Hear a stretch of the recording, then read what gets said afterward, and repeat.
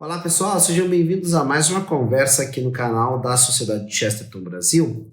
E hoje eu quero trazer um tema que, na verdade, livremente inspirado nesse livro aqui, publicado pela nossa editora, a editora da Sociedade de Chesterton Brasil, que é o Igreja Católica e Conversão, do Chesterton, onde no segundo capítulo ele vai falar sobre o processo, em algum grau, né? Ele vai dizer uma coisa interessante, ele vai dizer assim, que toda pessoa que primeiro existe uma dificuldade, que muitas vezes convertidos, quando são questionados acerca de como seria se eles não tivessem se convertido, de tal maneira já envolveu a vida deles a adesão à nova filosofia, ou à nova religião, no caso que é a Igreja Católica, o catolicismo, que eles meio que não se imaginam mais sem aquilo, tá? Sem aquela verdade, sem aquela convicção, sem aquela posição. Evidente, existem, né, grupos de ideias que têm mais esse efeito do que outros, né? O católico muito provavelmente diria assim, olha, o que aconteceu com esse cara foi que, na verdade, ele encontrou a verdade, né, no âmbito religioso, espiritual, transcendente, daquilo que toca a questão da vida eterna, né, e do sentido dessa vida aqui. E uma vez que esse cara fez esse processo, é como a gente fazer o cálculo de 2 mais 2 e ver que dá 4. Né?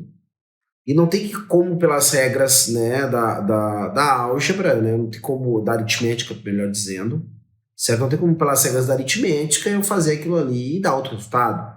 Então, eu vou ter sempre diante de mim a realidade que 2 mais 2 é 4.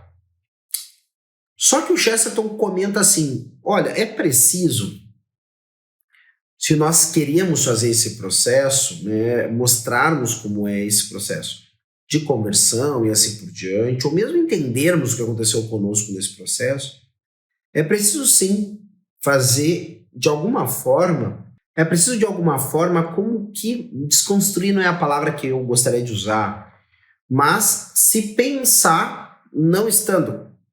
Como ele coloca, se por um lado nós não temos mais como ver o acerto, em outra opção que não fosse essa opção pelo catolicismo, de alguma forma também nós temos que poder nos enxergar, então, se queremos admitir assim, estando errados. Né? Ele fala isso, claro, por um motivo óbvio. Se eu aderir a uma visão de mundo, eu aderi a ela porque a considero verdadeira. É claro que alguma pessoa poderia falar que pode ser também uma adesão afetiva, emotiva, estética, e isso também é possível. E vamos falar um pouquinho sobre isso na sequência dessa nossa aula, dessa nossa conversa. Porque, de fato, o que Chesterton comenta é que nós temos diante de nós, no processo de adesão a uma ideia, ou no momento de tratar um problema, algumas possibilidades aonde, invariavelmente, uma delas é realmente o cerne do problema, ou reúne aquelas questões que são o cerne do problema.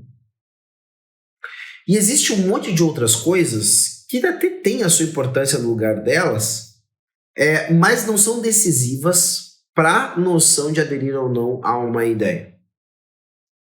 Por exemplo, eu vou começar com uma coisa até um tanto polêmica.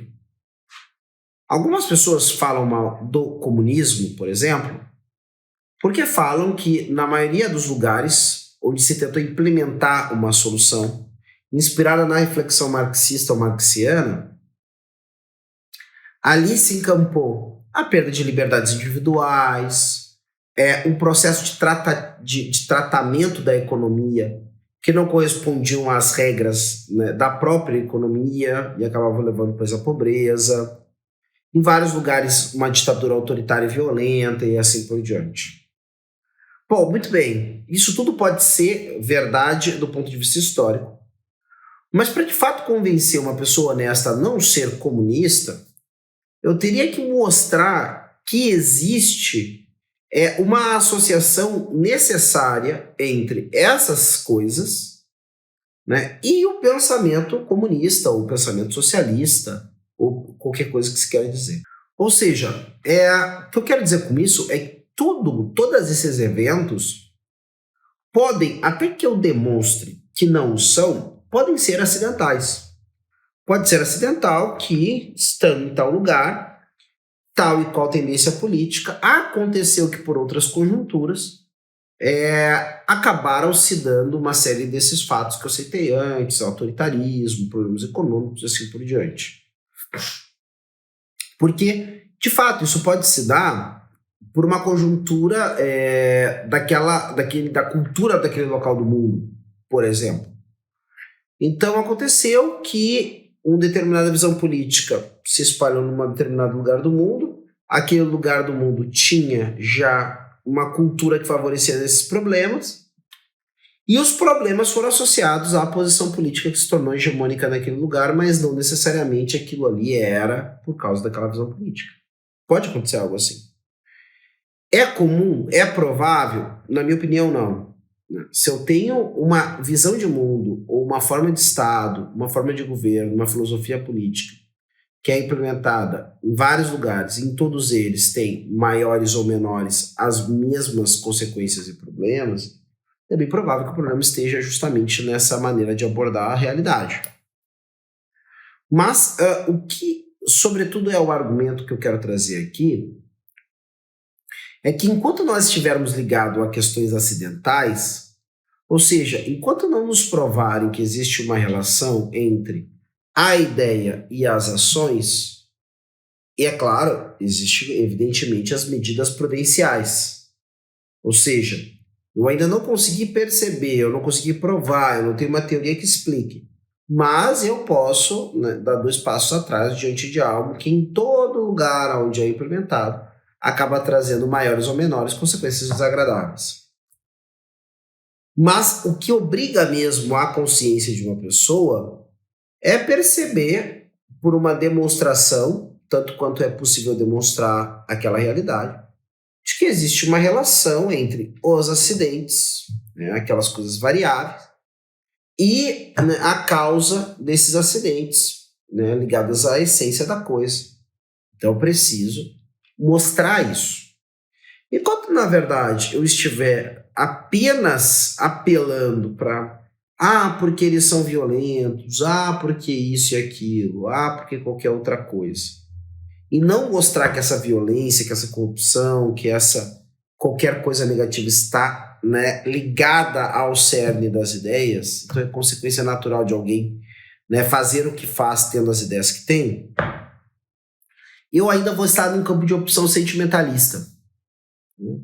Ou seja, algumas coisas para mim são especialmente difíceis, né? E essas coisas difíceis, então, eu, de alguma forma, elimino, ignorando os diversos outros fatores, certo? A causa da dificuldade ou do drama e assim por diante, certo? Nós temos isso em várias questões morais, por exemplo. A moralidade é algo que, por exemplo, quando a gente trata de questões morais, em situações difíceis, extremas, até conversávamos antes aqui sobre a questão, toda a discussão que existe em torno, né, do direito à vida, né, e das mulheres que muitas vezes se encontram uma violência e essa violência acaba resultando uma gestação. Então, assim, evidente, isso é um drama enorme, né? Eu não quero chamar de tragédia porque eu penso num final feliz, né, para as pessoas. Eu penso que um final feliz é possível, apesar, né, de algo tão traumático ter acontecido, né? E é o que eu torço que aconteça com qualquer pessoa. Torço que isso não aconteça com ninguém, mas se acontecer com alguém, torço para que essa pessoa sempre encontre, né, um caminho, né, de felicidade apesar disso. Agora, o fato do drama, o fato, né, dessa questão tão difícil, tão desafiadora, ninguém sabe dizer como se sentiria numa situação dessa até ter passado, por exemplo, e assim por diante, não anula outros fatos que parecem dados dentro de uma determinada visão filosófica. Por exemplo, que por um mistério de algo tão sórdido é gerada uma vida nova. E que em todas essas circunstâncias, né, em todos os fatores, é a vida mais inocente, né, envolvida nesse imbróglio, né? Não atribuindo qualquer culpa pessoal à mulher violentada, mas é uma vida que não cometeu erros pessoais. Ela simplesmente está existindo. E não temos, né, parece muito razoável, parece quase inevitável se a gente pensa que existe uma substância, uma natureza humana que está, né, materializada no indivíduo e assim por diante, né, personalizada no indivíduo, que eu já tenho uma vida humana ali. Né? Aquele embrião, aquele feto não vai virar outra coisa que não um ser humano, né, plenamente desenvolvido. Então ali não existe possibilidade daquele desenvolvimento, né, embrionário não desembocar num ser humano plenamente desenvolvido, certo? Ou seja, não existe outra realidade ali possível. Não vai poder nascer, por exemplo, um gato, um cachorro, um avestruz, um dragão, um ser humano, né, que está ali já, né, em ato suficiente para ter todas as potências de desenvolvimento. O que é o problema real? O problema real envolve todas essas coisas. O problema real envolve todos esses fatores. Envolve a necessidade de cuidado dessa pessoa que sofreu, né, um trauma gravíssimo. Envolve a dignidade dessa pessoa que foi gestada, apesar, né, do meio tão sórdido, né, desse acontecimento belíssimo que é a gestação de uma nova vida ter acontecido, né? E envolve as outras pessoas, sociedade como um todo, que vai ter que lidar com aquilo que se fará dessa situação. Porque uma situação dessas, quando desemboca em jurisprudência ou em legislação, é algo que vai impactar sobre o corpo social inteiro. Né? Tanto como medida, né, como remédio para se acontecer essa desgraça de novo, como também como forma de prevenir as consciências das pessoas. Porque não adianta. Quando algo é descriminalizado, fatalmente, né, dá uma boa enfraquecida na ideia de moralidade que aquela coisa possuía antes. Então, tudo isso está envolvido, né, dentro do problema real. O que é falsear um problema? É o que Chesterton comenta aqui quando o assunto, por exemplo, é a conversão ao catolicismo. Ele comenta en passant, né, um caso que foi relatado, se eu não me engano, o nome é The Awful Disclosures of Monk Mary, alguma coisa assim. As terríveis revelações da Monja Maria, algo do tipo. Que é muito provavelmente uma história panfletária, certo? De um clima anticatólico existente no Canadá, onde uma monja vai descrever situações sórdidas acontecidas no mosteiro, né, se eu não me engano, na província ou cidade de Montreal. Eu acho que Montreal é uma província, né, do Canadá de fala francesa, ou é uma cidade, bom, de toda forma. Por que eu digo que é isso? É porque existem inconsistências muito... Primeiro, que ela relata é sórdido, eu não vou... Né? Ela relata simplesmente um sistema de abuso, né, seguido de infanticídio acontecido nesse mosteiro. Né? Primeiro, é uma coisa absurda, né? Uma coisa absurda que não é na maior. Assim também como houveram resistência das pessoas para acreditarem no que acontecia em Auschwitz, Birkenau, Treblinka e outros lugares, né, onde o Terceiro Reich impôs a ditadura deles para a eliminação, né, para o assassinato dos judeus. Porque é algo tão sórdido, tão absurdo, tão estrombólico, que qualquer pessoa prudente vai exigir provas consistentes para isso aí ser acreditado. Hoje nós temos provas. Hoje, já logo depois que acabou a guerra, essas provas estavam ali todas para todos verem. Né? Então, assim, nenhuma pessoa séria hoje nega o Holocausto. Nenhuma pessoa séria vai fazer isso. Tá? Agora, para acreditar numa situação dessas, também assim, em proporções menores, com certeza, muito menores, certo? Mas é algo estrombólico também, é uma situação muito mirabolante. E existem inconsistências no relato dessa irmã, e existia uma conjuntura anticatólica ali, que talvez justificasse, ou explicasse, melhor dizendo, né, que se produzisse uma história tão chocante, Não tem uma palavra melhor para isso. História chocante. É isso que é essa história. E aí tá. Imaginemos que essa história seja, então, verdadeira. Porque, olha, se tem inconsistências nos relatos dela, a gente sabe que já houveram na história da igreja muitas situações sórdidas em que não tem nenhuma inconsistência, que realmente pessoas da igreja foram lá e fizeram o que fizeram, infelizmente. E isso não é uma questão a ignorar. É preciso colocar os remédios, tanto por parte da igreja como por parte da sociedade civil, para que pessoas mal intencionadas não possam fazer isso. Especialmente quando essas pessoas são religiosas ou clérigos assim por diante. Afinal de contas, as pessoas têm uma entrada na intimidade e gozam de uma confiança que realmente, uma vez que elas estejam mal intencionadas, elas podem fazer graves danos. Pois bem, isso é uma coisa.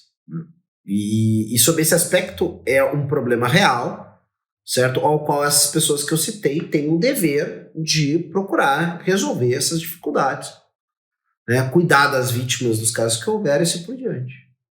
Agora, em termos de adesão à fé católica, esse é um problema que tem que ser colocado, e aí que está o grande ponto. Aconteceu uma sordidez com o catolicismo, e assim por diante. Pode ser, ou com pessoas católicas. Mas então agora, eu posso, por outro lado, também ignorar a miríade que existe de obras de misericórdia da Igreja Católica no mundo todo. E essas são inúmeras e claramente, de maneira incomparável, muito mais numerosas do que qualquer descalabro que aconteça por aí, em qualquer contexto envolvendo pessoas da igreja. Aí entra justamente aquilo que nós falávamos antes. Para abordar o problema real é isso. O que se deu em locais e conjunturas históricas onde a Igreja Católica estava presente? Evidentemente, isso parte também da minha cosmovisão. Então, assim, tem pessoas que têm uma visão deturpada acerca de quais são as prioridades das coisas, o que é o verdadeiro bem e assim por diante. Então, o falta de... Eu já vi gente achando assim, não, mas não precisa da Igreja Católica para fazer certas coisas que se faz por aí, porque nós vamos ter o Estado, nós vamos ter os governos, vamos ter não sei o que mais, e aí eles vão substituir a Igreja. Olha, a experiência histórica não é essa em muitos lugares. Pelo contrário, onde a Igreja saiu, nada da mesma qualidade entrou na jogada. E a gente percebe que existem alguns trabalhos, existem algumas coisas, alguns serviços que membros de ordens religiosas ou leigos, com um grande desejo de coerência na sua vida espiritual, se propõem a fazer, que não é muito tranquilo não você encontrar pessoas que substituam essa presença, ou faça isso com o mesmo espírito de entrega, humanidade, carinho, assim por diante. Tá? Então nós temos tudo isso diante de nós. Isso é o problema completo. Isso é sair da coisa, do afetivo, do emotivo, e começar a analisar a questão sob o aspecto em que ela me aparece, sob a ótica daquilo ao qual ela é pertinente. Ou seja, quando eu pergunto sobre uma religião, uma filosofia, ou qualquer coisa que eu valha, eu estou me perguntando, vamos ficar na coisa da filosofia e da religião, eu estou me perguntando sobre verdade. É sobre isso que eu estou me perguntando. Ou seja, se aquela cosmovisão corresponde ao que é verdadeiro ou não.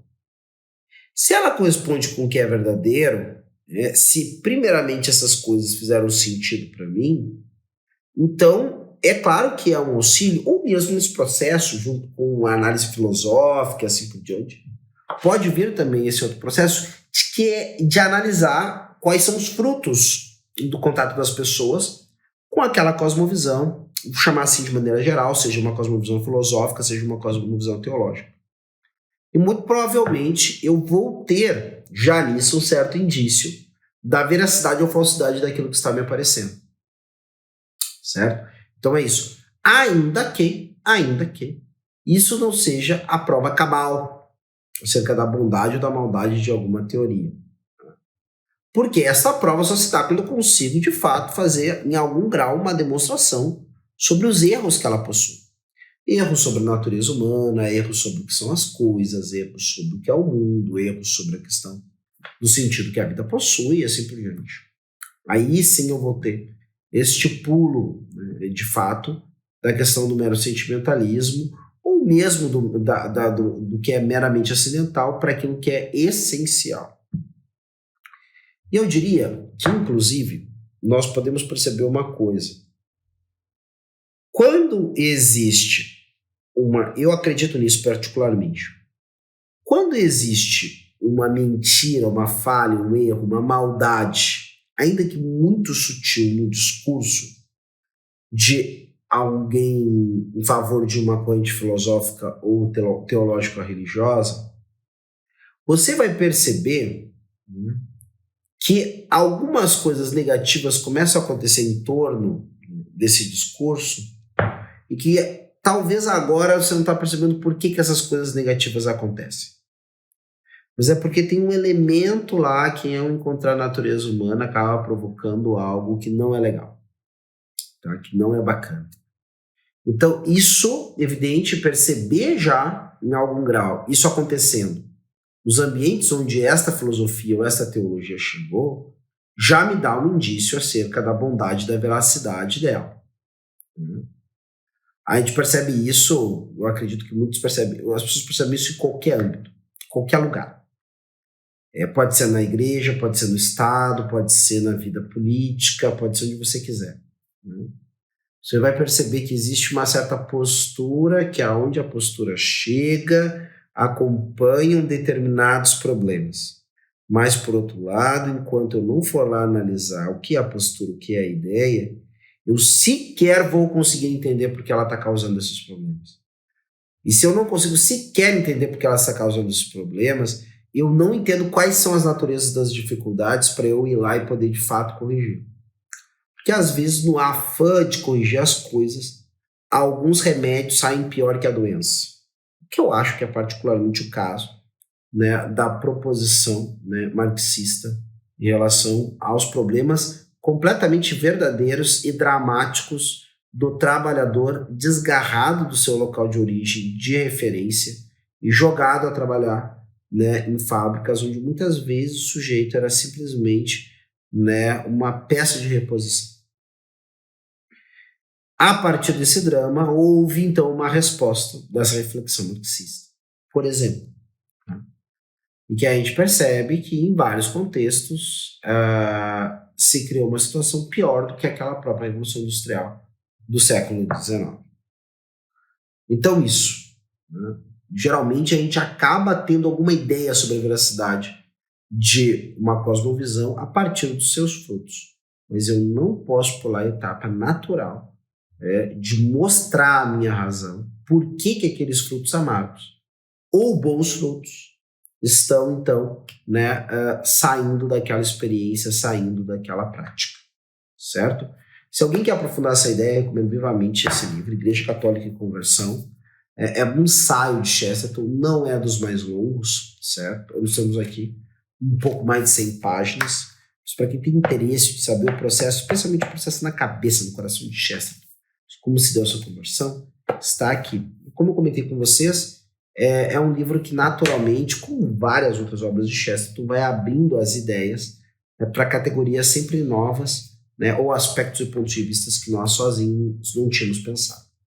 Eu vou ficando por aqui. Se você gostou desse vídeo, não deixe de curtir, compartilhar com quem você sabe que gosta do conteúdo sobre Chesterton, também gosta de pensar a questão da conversão, do discurso de fé e razão. Não deixe de seguir o nosso canal, se inscrevendo, clicando ali, né, também no sininho para receber as notificações, as notificações de novos conteúdos aqui. Não deixe de visitar a nossa livraria virtual, certo? Sociedade de Chesterton Brasil, que ali geralmente tem alguma promoção para você aproveitar, né, e aumentar a sua coleção de Chesterton, ou então começar a comprar o seu primeiro livro, ao qual aqui eu já deixo uma sugestão, Igreja Católica e Conversão, um excelente relato para entender os mecanismos e a inteligência de passar de uma visão de mundo a outra visão de mundo. Até a próxima. Tchau, tchau.